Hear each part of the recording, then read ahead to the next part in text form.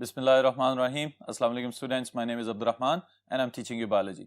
Students, आज जो topic हम पढ़ने जा रहे हैं that is about the thermal regulation in animals. Animals को हमने किन किन ग्रुप्स में डिवाइड किया हुआ है according to their thermal regulation, और क्या क्या एडेप्टेशंस एनिमल्स के अंदर मौजूद हैं, इनको हम यहाँ पे जनरली इनका एक ओवरव्यू लेंगे। तो डिटेल्स बोर्ड पे देखते हैं।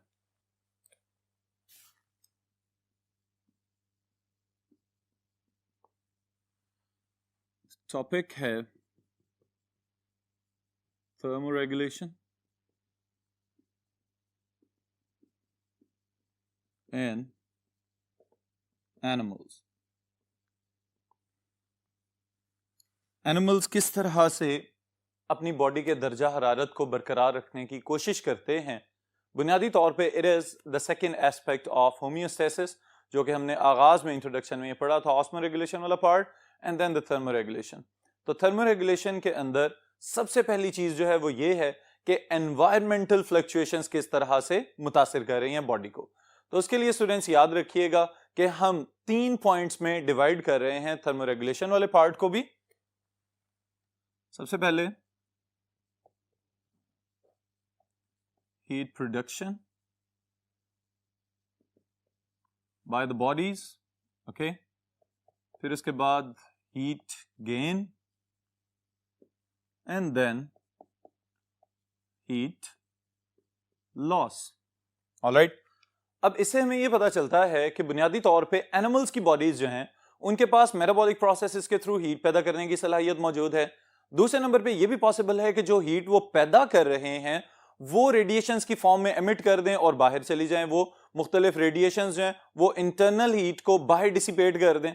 या ये भी पॉसिबल है कि हम धूप वगैरह में बैठ के, या बाकी एनिमल्स कुछ इस तरह का बिहेवियर शो करते हैं कि धूप में बैठ के लाइट और हीट को बुनियादी तौर पे एब्जॉर्ब करना शुरू कर दें। ऑलराइट, क्योंकि लाइट की एब्जॉर्प्शन तो हम कर नहीं रहे because we are not photosynthetic, लेकिन हीट की एब्जॉर्प्शन हम कर रहे हैं ताकि मेटाबॉलिक प्रोसेस से पैदा होने वाली हीट अगर काफी नहीं है तो साथ ही साथ हम हीट एब्जॉर्ब करके अपना काम चला सकें। तो इसका मतलब यह है कि बॉडी खुद भी हीट पैदा कर सकती है, हीट बाहर से भी एब्जॉर्ब की जा सकती है, और उसके साथ ही साथ ये भी मुमकिन है कि अगर अंदर हीट जनरेशन ज्यादा चल रही है, सराउंडिंग्स में टेम्परेचर कम है, तो बॉडी हीट डिसिपेट करने की सलाहियत भी रखती है। ऑलराइट स्टूडेंट्स, अब यहां पे हम ये चीज देखेंगे और ये पॉइंट्स के लिहाज से मैं पॉइंट्स में मेंशन करने जा रहा हूं आपके लिए, ताकि आपको याद रहे कि बॉडी हीट एब्जॉर्ब किस फॉर्म में करती है और हीट लॉस किस फॉर्म में होता है।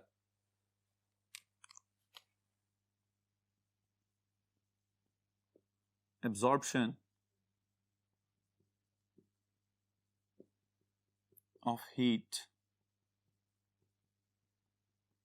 into the body।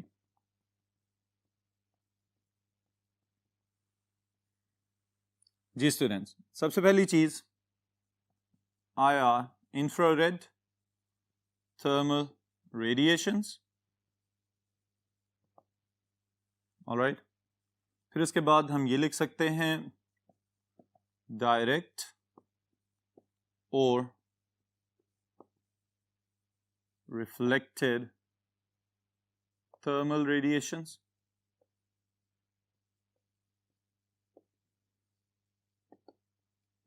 कहां से आ रहे हैं? From sun। ऑलराइट, इसको हम सोलर रेडिएशंस की फॉर्म में भी लिख सकते हैं। ऑलराइट स्टूडेंट्स, तो ये वो दो तरीके नॉर्मली जिस फॉर्म में हीट बॉडी के अंदर दाखिल हो रही है। इसी तरह अब हमने ये भी देखना है कि बॉडी से हीट खारिज किस फॉर्म में होती है।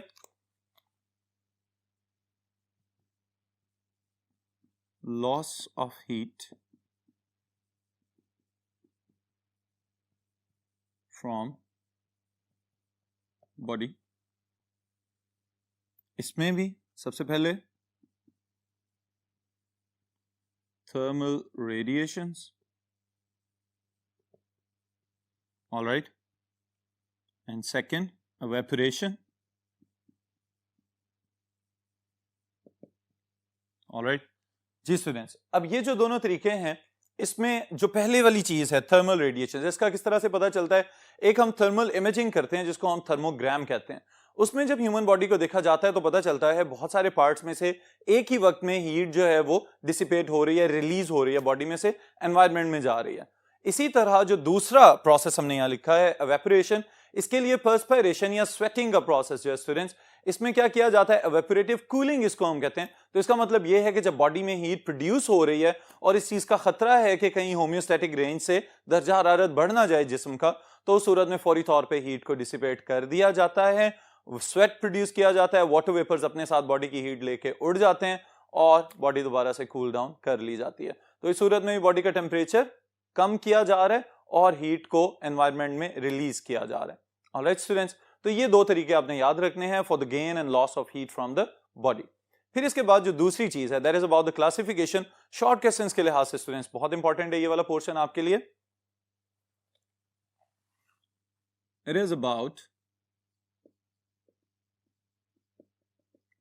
Classification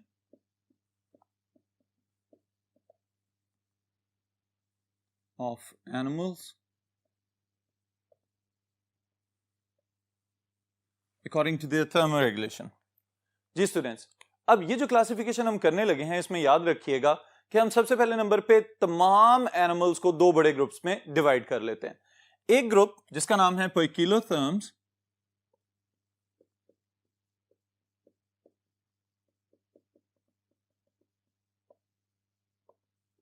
Poikilotherms are also known as cold-blooded animals. All right. And the second group, they are known as homeotherms. And homeotherms are simply known as warm-blooded animals. Ji students, दो बड़े groups में हमने divide कर लिया animals को। जो पहला नाम है पोइकिलोथर्म्स, बुनियादी तौर पे ये वो एनिमल्स हैं जो अपनी बॉडी का दर्जा हरारत बैरूनी दर्जा हरारत के साथ साथ तब्दील करते रहते हैं। ऑलराइट, इसका मतलब ये है कि इनके पास narrow range of the temperature maintain करने के लिए होम्योस्टैटिक सिस्टम जो है वो कोई हाईली डेवलप्ड नहीं है। यही वजह है कि हमने इनको नाम दे दिया कोल्ड ब्लडेड एनिमल्स। अब इससे थोड़ा सा और अगर हम एक्सप्लेन करना चाहें तो हम ये कह सकते हैं कि अगर बाहर का दर्जा हरारत हवा है या पानी है, दोनों सूरतों में अगर बाहर का दर्जा हरारत बढ़ रहा है तो इनकी बॉडीज के अंदर भी दर्जा हरारत बढ़ना शुरू हो जाता है। इसी तरह अगर बाहर का टेम्परेचर डिक्रीज होना शुरू हो गया है तो इनकी बॉडीज के अंदर भी दर्जा हरारत कम होना शुरू हो जाएगा। ऑलराइट, अब इसके बाद स्टूडेंट्स जो अगली चीज हमने याद रखनी है वो यही है कि यहां तक भी काफी नहीं, बल्कि इसको फर्दर हमने थोड़ा सा और एक्सप्लेन करना है। किस बुनियाद पे कि एनिमल्स को अगर हम क्लासिफाई करें कि उनकी बॉडी के अंदर हीट प्रोडक्शन किस तरह से चल रही है या वो किस तरह से हीट को एब्जॉर्ब करते हैं, तो उसकी बुनियाद पे भी हमने 3 फर्दर ग्रुप्स बनाए हुए हैं, इनको भी याद रखिएगा। The first one are endotherms. इसकी अगर हम हेडिंग बनाना चाहें तो हम लिख लेते हैं क्लासिफिकेशन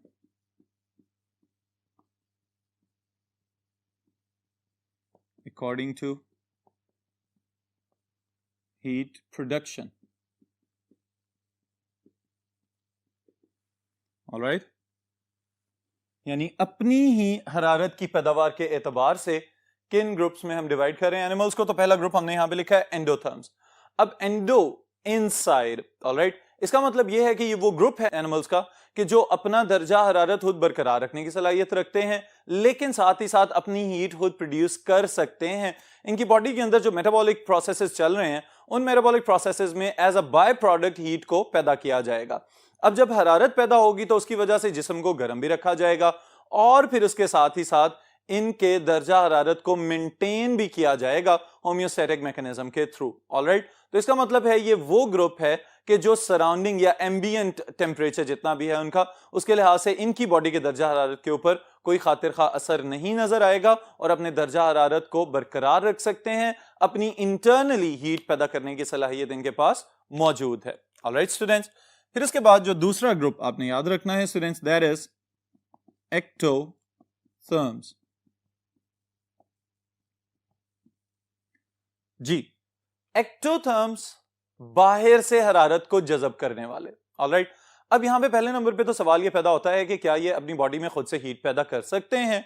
यस, ये अपनी हीट प्रोड्यूस करते हैं लेकिन बहुत ही कम मिकदार में, और फिर साथ ही साथ उसको मेंटेन भी नहीं कर पा रहे। तो उसके लिए क्या किया जाता है कि इनको बाहर से हीट एब्जॉर्ब करनी पड़ती है from their surroundings. That's why they are known as ectotherms. Alright, फिर उसके बाद third group, they are known as हेटेरोथर्म्स।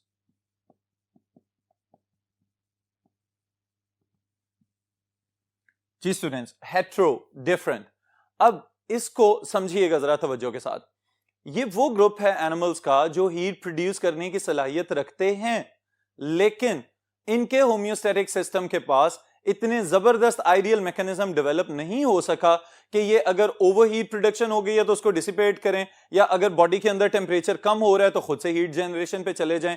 तो ये क्या करते हैं, फ्लक्चुएट ही करते रहते हैं according to the external fluctuations. तो उस फ्लक्चुएशन की बुनियाद पे हमने इनको कह दिया हेटेरोथर्म्स, यानी कि ये दर्जा हरारत पैदा कर सकते हैं लेकिन उसको बरकरार रखने की सलाहियत इनके पास मौजूद नहीं है। इसकी बेस्ट एग्जांपल यहां पे जो आपकी बुक में भी मेंशन की गई है, there are the humming birds. Humming bird students एक खास किस्म का परिंदा है और 250 से ज्यादा इकसाम इसकी दुनिया में मौजूद हैं। बहुत ही ज्यादा कलरफुल और बड़े शानदार किस्म के रंगीन पर इनके हमें नजर आते हैं, लेकिन खास बात यह है कि पर फड़फड़ाने की स्पीड इनकी बहुत तेज है, और ऑब्वियसली जब मस्कुलर कॉन्ट्रैक्शन रिलैक्सेशन होगी तो हीट प्रोडक्शन बहुत ही ज्यादा होना शुरू हो जाती है। उस सूरत में जब इनकी बॉडी का दर्जा हरारत बढ़ना शुरू होता है तो फौरी तौर पे ये बैठ के सांस लेते हैं, और दिल की धड़कनों की जो इनकी स्पीड है वो भी पर मिनट जो है सैकड़ों में चली जाती है। ऑलराइट, तो ये बात भी याद रखने वाली है कि ये बैठ के फिर क्या करते हैं, हीट डिसिपेट करते हैं, उसके बाद फिर अगली फ्लाइट के लिए तैयारी करना शुरू कर देते हैं। इनके विंग्स की फ्लाइट का पैटर्न और इनकी रोटेशन और मूवमेंट बहुत जबरदस्त हमें नजर आती है, बड़ी स्पेक्टेकुलर किस्म की मूवमेंट्स होती हैं, और इसके साथ ही साथ एक ही जगह पे खड़े रह के ये होवरिंग फ्लाइट वगैरह भी शो कर सकते हैं। लेकिन जो थर्मल रेगुलेशन के एतबार से अगर इनको हम क्लासिफाई करें तो इनको हम हेटेरोथर्म्स कहेंगे। दूसरा member, they are the bats, और बैट्स आपको पता है they are the only flying mammals. इनके साथ भी यही केस है कि बॉडी के अंदर हीट प्रोड्यूस हो रही है लेकिन फिर उस हीट को रेगुलेट करने के लिए इनको हीट डिसिपेशन वाले मैकेनिज्म में जाना पड़ता है। ऑलराइट स्टूडेंट्स, सो ये तीनों ग्रुप्स कौन कौन से थे, वो एनिमल्स जो बॉडी की हीट प्रोड्यूस तो कर रहे हैं या तो बहुत ज्यादा या बहुत कम, लेकिन बरकरार रखने के एतबार से इनको हम heat production with in the body के नाम से याद रखेंगे। ऑलराइट, फिर उसके बाद अगर आगे देखें तो आपकी बुक के सीक्वेंस के एतबार से जो नेक्स्ट टॉपिक है दैट इज कि how the animals have adapted. तो कुछ तब्दीलियां एनिमल्स ने अपनी बॉडीज के अंदर पैदा की हुई हैं और उन तब्दीलियों की वजह से सक्सेसफुल लाइव्स गुजार रहे हैं। ऑलराइट, इसमें स्टूडेंट सबसे पहले वाली जो चेंजेस हमने याद रखनी है, they are the structural adaptations.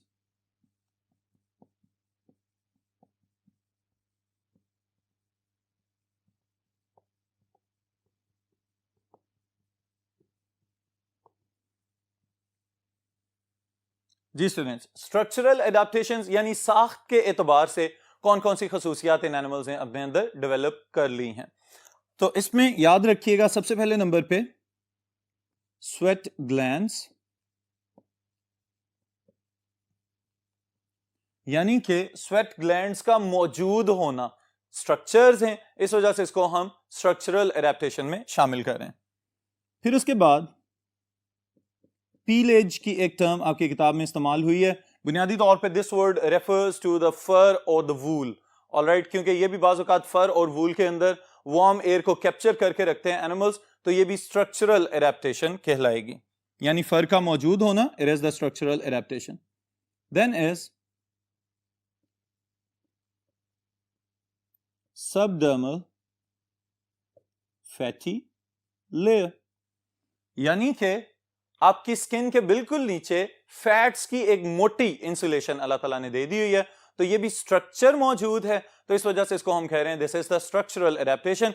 बहुत सारे ऐसे एनिमल्स हैं जैसे ब्लबर वगैरह कुछ मछलियों में ऑब्जर्व की जाती है, या बियर्स वगैरह जो हैं, रीच जो हैं, उनकी बॉडी के अंदर स्किन के बिल्कुल नीचे मोटी सी तह मौजूद होती है चर्बी की, तो ये साख्त है, इस वजह से इसको हम कह रहे हैं it is the structural adaptation. Alright, इसके बाद एक और एडेप्टेशन जो आपने याद रखनी है that is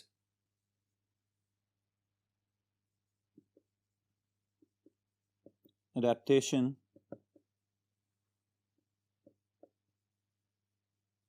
of lungs for panting. Painting को भी स्टूडेंट्स हम शामिल करेंगे। बुनियादी तौर पे ये है क्या कि सांस लेना और सांस के साथ एवेपोरेटिव कूलिंग कर लेना ताकि बॉडी के दर्जा हरारत को बरकरार रखा जा सके। तो अगर लंग्स मॉडिफायर हैं फॉर द पेंटिंग प्रोसेस तो इस सूरत में इनको हम स्ट्रक्चरल एडेप्टेशन में शामिल कर सकते हैं। ऑलराइट, फिर उसके बाद जो दूसरी चीज आपने याद रखनी है, they are the physiological adaptations.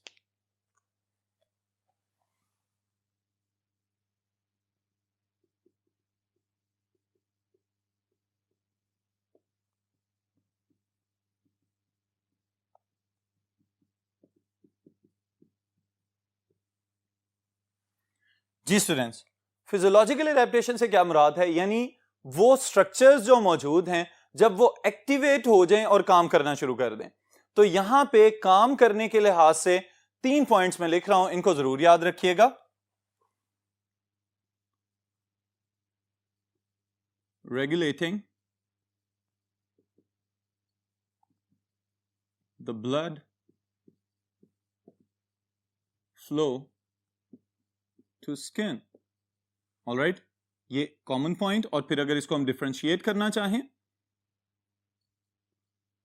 Greater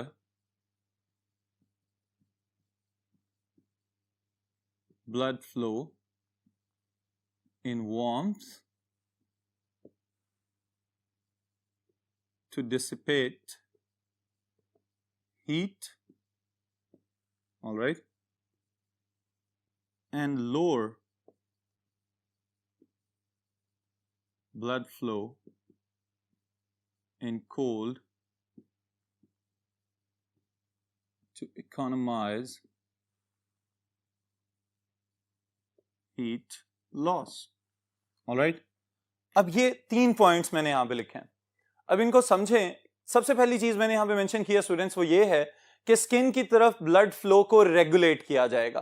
किस तरह से रेगुलेट किया जा रहा है कि जब आपकी बॉडी के अंदर हीट प्रोडक्शन बढ़ चुकी हुई है, ज्यादा हरारत पैदा हो रही है, उस सूरत में आपकी स्किन की तरफ ब्लड के फ्लो को बढ़ा दिया जाएगा। अब स्किन चूंकि आपकी पेरिफेरल और सुपरफिशियल लेयर है, तो यहां पे आते ही ब्लड में से अगर हीट ज्यादा है तो एनवायरनमेंट में डिसिपेट हो जाएगी, बाहर खारिज कर दी जाएगी। दूसरी तरफ क्या है कि जब बाहर का दर्जा हरारत कम होता है और उस सूरत में ठंडक का एहसास हो रहा हो अगर आपको, तो बॉडी के अंदर दूसरी फिजियोलॉजिकल चेंज पैदा की जाती है। और इस फिजियोलॉजिकल चेंज में क्या नजर आएगा कि blood flow to the skin और the blood vessels of the skin, it is restricted, कम कर दिया जाता है फ्लो।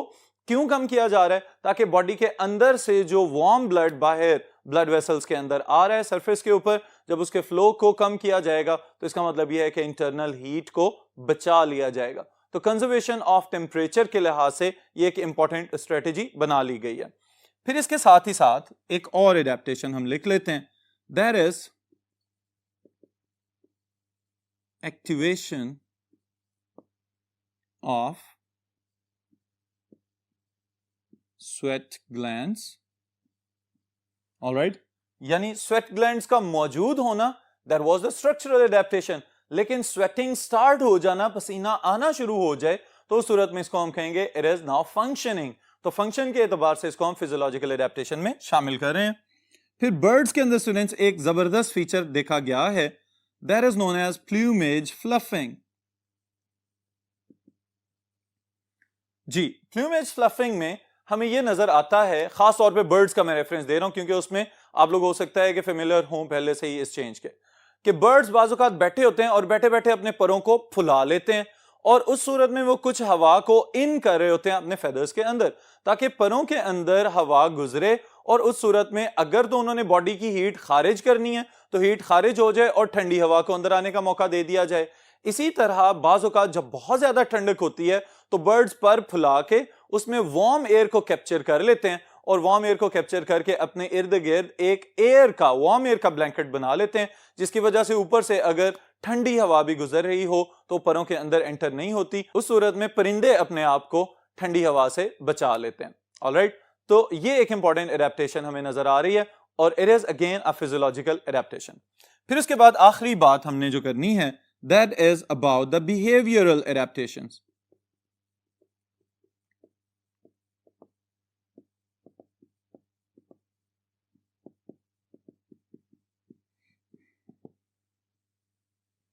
जी स्टूडेंट्स, बिहेवियरल एडेप्टेशन, इसमें सबसे पहले मैं एक दो पॉइंट्स लिख देता हूं। बॉडी पोस्चर्स, ऑलराइट, फिर इसी तरह हम शामिल कर सकते हैं यहां पे sun basking, alright, and then moving to shelters where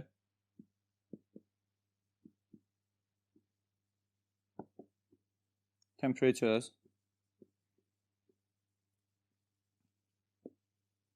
are moderate। जी स्टूडेंट्स, अब सबसे पहली चीज हमने यहां पे क्या मेंशन की है, बॉडी पोस्चर्स।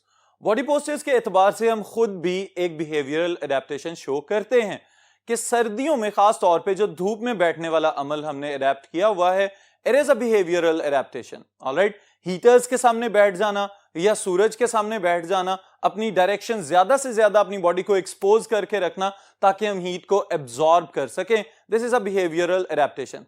इसी तरह कुछ और एनिमल्स वगैरह में और इंसेक्ट्स में भी हमें ये फीचर नजर आता है कि जब बहुत ज्यादा उनको हीट की जरूरत होती है उस वक्त तो वो धूप में घूमते फिरते हुए नजर आते हैं, लेकिन साथ ही साथ जब गर्मी बढ़ना शुरू हो जाए और उनकी बर्दाश्त से बाहर हो जाए तो उस सूरत में आपकी किताब में ग्राउंड स्क्विरल्स वगैरह की एग्जांपल दी हुई है, इसी तरह कुछ और रोडेंट्स, वो ज़ेरे ज़मीन चले जाते हैं। जमीन के नीचे जाने से क्या होता है, मॉडरेट दर्जा हरारत वहां पे मौजूद है पहले से ही, जहां पे उनको बहुत ज्यादा ना तो हीट एब्जॉर्ब करनी पड़ रही है, ना ही उनकी बॉडी बहुत ज्यादा हीट को खारिज कर रही होती है। तो इसको भी हम बिहेवियरल एडेप्टेशन में शामिल करेंगे।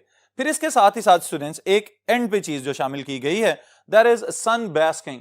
अब ये जो बास्किंग, बात करना, इसका मतलब तो है कि गुसल, ओके, लेकिन ये जो बास्किंग वाला काम है इसमें क्या किया जा रहा होता है, बुनियादी तौर पे रेप्टाइल्स के साथ रिलेट की जाती है वाली प्रॉपर्टी, कि ये क्या कर रहे होते हैं कि किसी भी वार्म सरफेस के ऊपर आके अपनी बॉडी को फैला के खड़े हो जाते हैं और उस सूरत में इनकी बॉडी के ऑल ओवर द सरफेस गर्म हवा गुजरना शुरू हो जाती है। ऊपर से इनको डॉर्सल साइड से जो है वो सनलाइट अवेलेबल है जहां से थर्मल रेडिएशंस ये एब्जॉर्ब कर रहे होते हैं, तो ये भी बिहेवियरल एडेप्टेशन है। इसी तरह ह्यूमंस ने भी इस चीज को अपना लिया हुआ है। वो वाले ठंडे ममालिक जहां पे धूप बहुत कम निकलती है, अगर किसी दिन धूप निकल आए तो लोग फौरी तौर पे ज्यादा से ज्यादा थर्मल रेडिएशंस को एब्जॉर्ब करने के लिए पहुंच जाते हैं, ऑलराइट। तो ये कुछ एडेप्टेशंस थर्मल रेगुलेशन के एतबार से स्टूडेंट्स, अभी जो हमने ओवरव्यू किया है ये सारे के सारे जनरल फीचर्स हैं सारे एनिमल्स के लिहाज से। इंशाल्लाह ताला कमिंग सेशंस में फिर हम ह्यूमन से और बाकी हायर वर्टिब्रेट से रिलेटेड कुछ और चीजें डिस्कस करेंगे इंशाल्लाह नेक्स्ट सेशन में, नेक्स्ट टॉपिक